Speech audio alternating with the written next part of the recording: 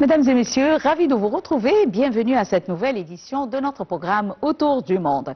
Eh bien, on va parler aujourd'hui du président Abdel Fattah el-Sisi qui a présidé via visioconférence la 42e session du comité des chefs d'État et de gouvernement de l'ANEPAD, agence de développement de l'Union africaine, avec la participation des chefs d'État et de gouvernement des États membres africains. Alors, le point.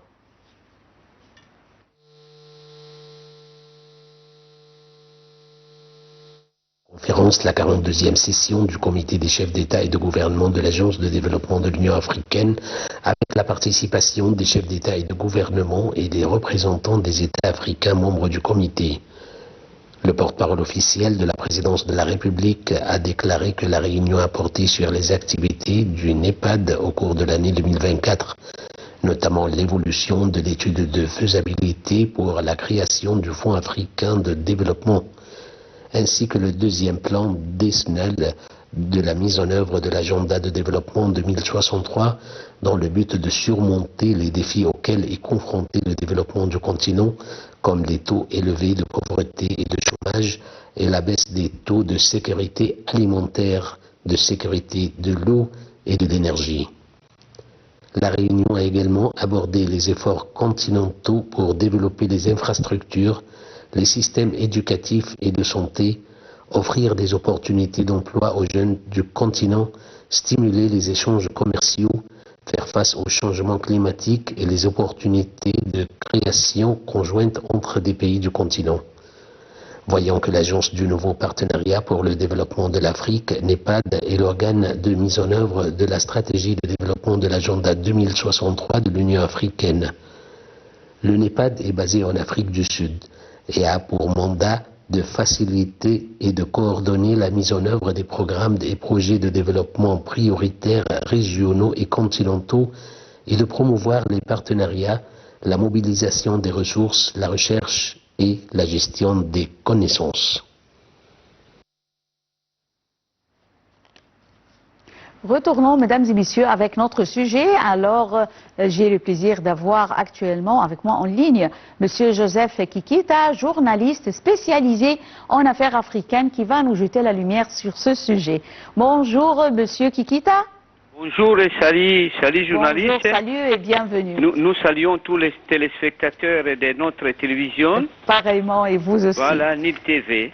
Oui, bonjour. Alors, Monsieur Kikita, le président Abdel Fattah el-Sisi a présidé via visioconférence la 42e session du comité des chefs d'État et de gouvernement des pays membres de l'ANEPAD, ou Agence de développement de l'Union africaine. Alors, de quoi s'agit cette 42e session? Vous devez savoir que l'Afrique est en train de traverser vraiment des moments très critiques. Nous avons des guerres presque partout en Afrique. L'Égypte, après avoir contribué contre, donc avoir contribué donc à la lutte pour la décolonisation, l'indépendance des pays africains, devait accompagner des pays africains maintenant pour un développement économique et durable. Jusqu'à ce que nous avons, vous savez, à Ouagadougou, les échanges communs, l'Égypte a fait un effort, nous-mêmes la COMESA, l'Égypte fait partie, et NEPAD aussi, qui est créé avec l'initiative du président actuel Abdel Fattah el-Sisi. Écoute-moi bien, les choses qui sont très importantes parce qu'il ne faut pas minimiser. Actuellement, les problèmes nous avons, quand il s'agit aussi des changements climatiques, il existe, et nous avons aussi les problèmes qui consistent la gestion des ressources naturelles, changement climatique, intégration régionale, et puis ce que nous avons, les des ressources humaines aussi, la télécommunication. À part ça, l'Égypte est en train de faire un effort. Maintenant, nous avons pris à concernant cet agenda les réunions de départ qui viennent de passer entre le président et les pays africains. Il s'agit maintenant que l'année 24, l'étude de faisabilité pour la création du Fonds africain du développement.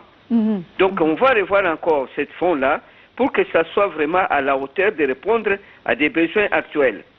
Deuxième chose, les plans pour des signaux pour la mise en œuvre de l'agenda de développement jusqu'à 2063. dans le but de surmonter les défis auxquels confronte le développement du pays du continent. Oui. Et puis, le taux élevé de la pauvreté qui est maintenant en Afrique à cause des guerres et tout ce que nous avons subi, les peuples africains, nous n'avons pas, jusqu'à présent, nous n'avons pas vraiment les paix stables en Afrique. Oui. Nous avons, comme partout, des guerres. Oui. Et l'Égypte a besoin, pourquoi l'Égypte a fait un effort, l'Égypte, comment dirais-je, jusque-là, hein, il mit tout ce qu'il a en œuvre pour que l'Afrique puisse vivre dans la paix. Oui, surtout l'entrée de la mer Rouge. Oui. Donc, comme on dit là, nous appelons ça le détroit de Yémen. Vous savez, en Somalie et dans cet endroit-là et partout, il y a toujours une guerre. Ouais. Sans la paix dans cette région, le canal de Suez et l'Égypte, c'est la base de son économie. Rien ne peut pas marcher, il faut que la paix aille là-bas. C'est pourquoi, dernièrement, les ministres du Somalie, les ministres d'Érythrée, ont été reçus, les présidents ont été reçus par le président de Fattah Sisi. Ouais.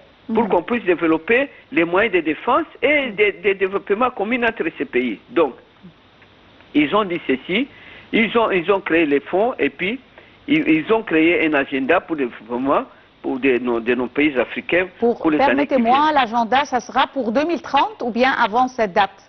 Non, ça va se faire suivant, donc par étape. Oui. Donc, ça ne peut pas se faire d'un seul coup, mais ils feront ça étape par étape suivant les moyens. Donc c'est jusqu'à 2063. Hein? Vous voyez, des 40, nous sommes maintenant au 25 jusqu'à 60, il y a encore 25, donc les quarts de siècle qui viennent. Ouais.